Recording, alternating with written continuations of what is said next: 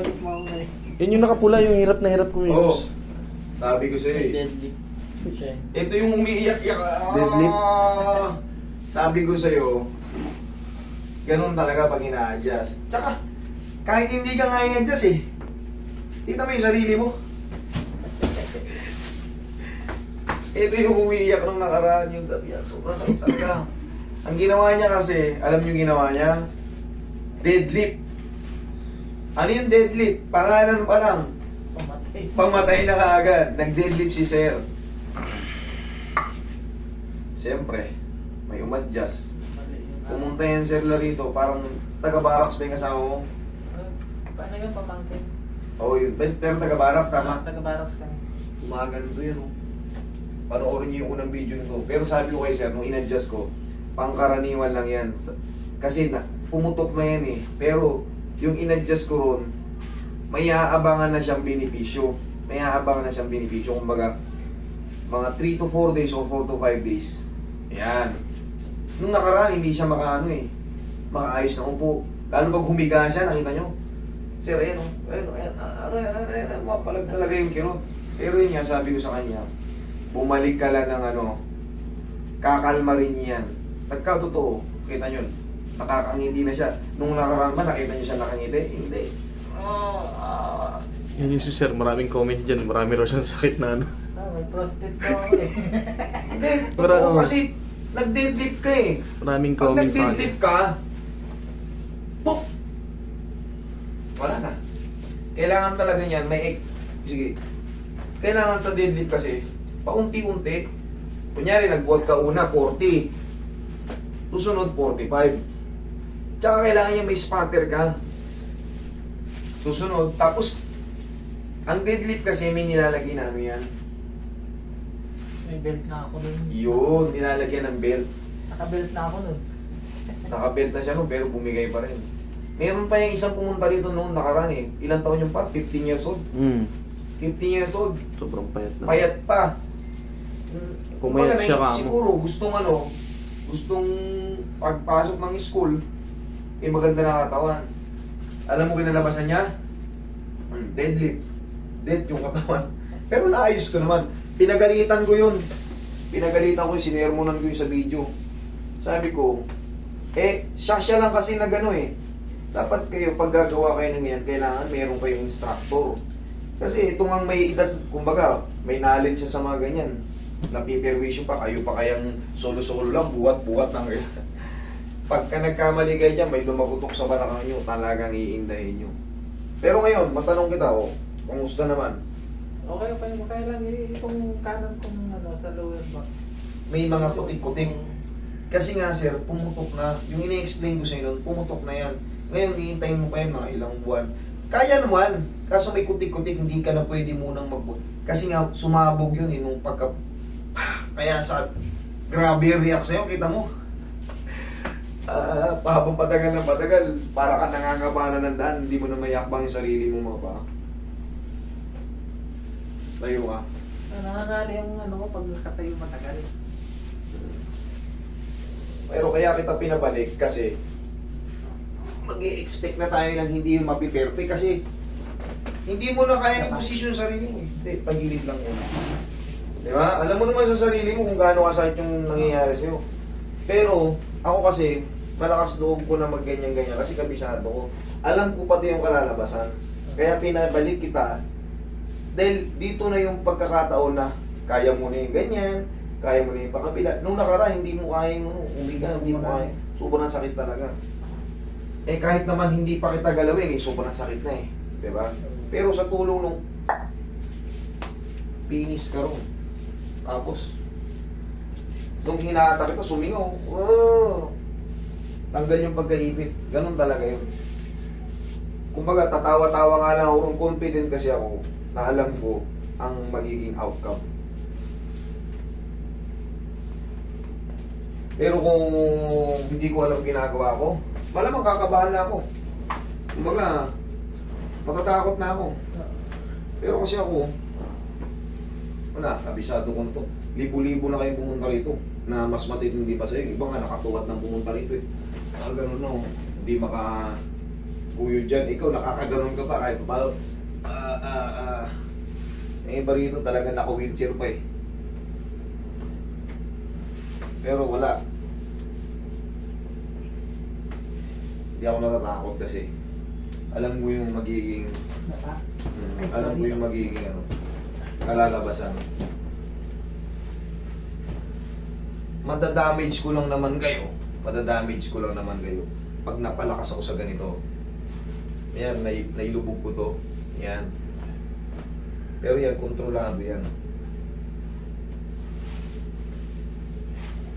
Tsaka, siyempre, nasa estimation ko rin yan kung paano.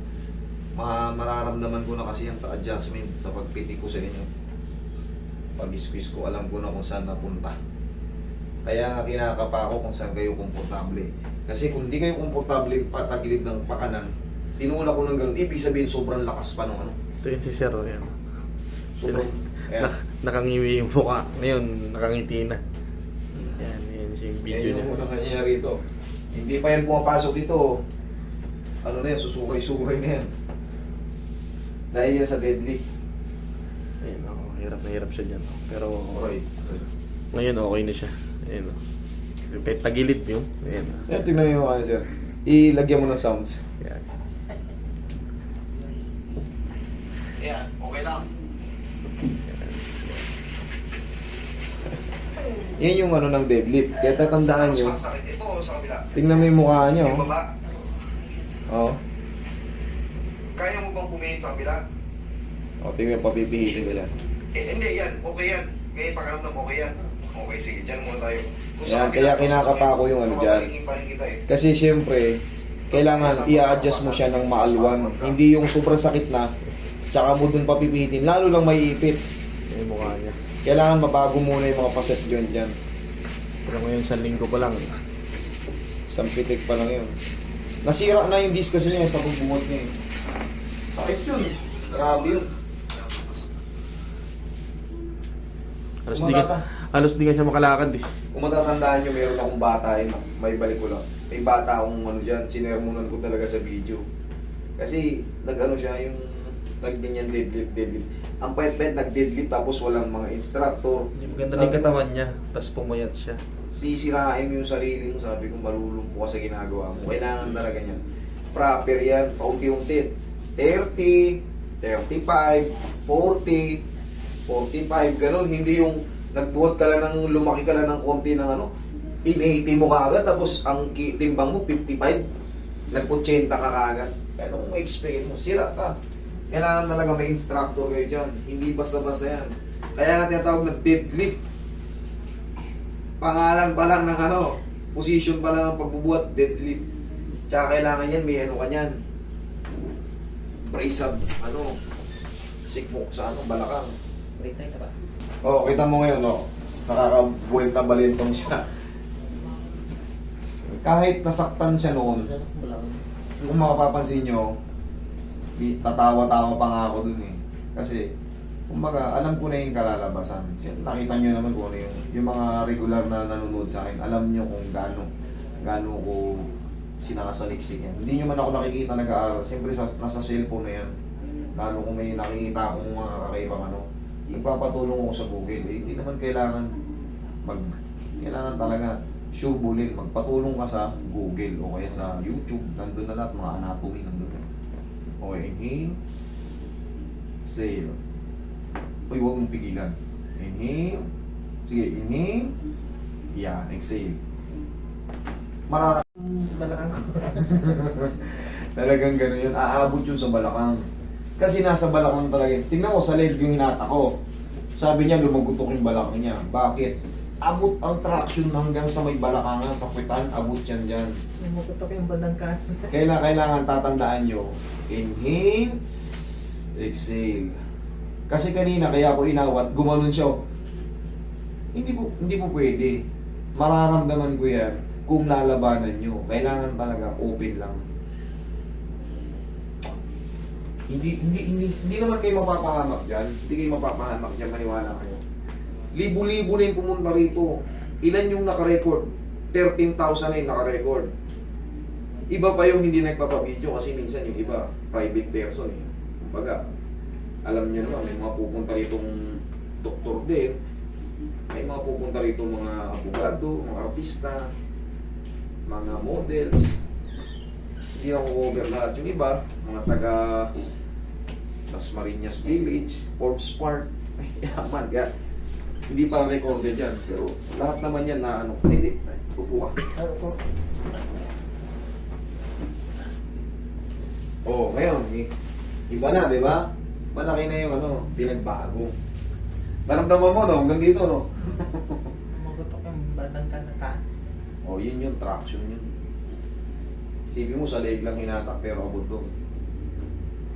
Yun sinasabi ko sa inyo, general yun. General yung ano na yun. General yung adjustment na yun. Maraming tao ng ano rito. Huwag na huwag nyo lang talagang labanan kasi hanggang dito lang. Pag tinigasan nyo yung leg nyo, inawat nyo, wala. Ang adjustment na ganyan lang. Pero open lang siya. Magugulat ka lang naman kasi may lalagutok eh. Magugulat ka para may hahatak. Ganun lang yun, pero hindi ka malulumpo ron. Malulumpo ka ron pagka mali ang ginawa kong malakas. Mararapture ko yung ano mo, mapupunit ko lahat ng mga pyesa mo rito sa leg. Malulumpo ka. Pero kung yung nakita nyo naman, very careful ako. Sir, yung mararamdaman mo, pangkaraniwan na yung parang may kutik-kutik pa. Kasi sugat yun eh. Sugat yun. Pero sa tulong ng mga vitamins pang... Kasi, pag nagpa-check up ka, huwag ka maghula-hula ah. Pag nagpa-check up ka, bibigyan ka ng mga vitamins sa mga nerves, sa mga ano, collagen sa ano. Paan ng manok, tumikira ka para mas mabilis makarecover. Yun ang original na collagen. Okay, tayo ka mabilis. Oh, upo. Oh, normal ah. Okay. Pakaingatan mo na, huwag ka muna mag deadlift na yan. Hindi na muna ako nag-deadlift. Mga isang buwan. Sige. Okay, thank you. Thank you, Master. Huwag ka naman ligo. 40 mo. Thank you. Ito, next pa, isa pa. Ilan pa? Dalawa?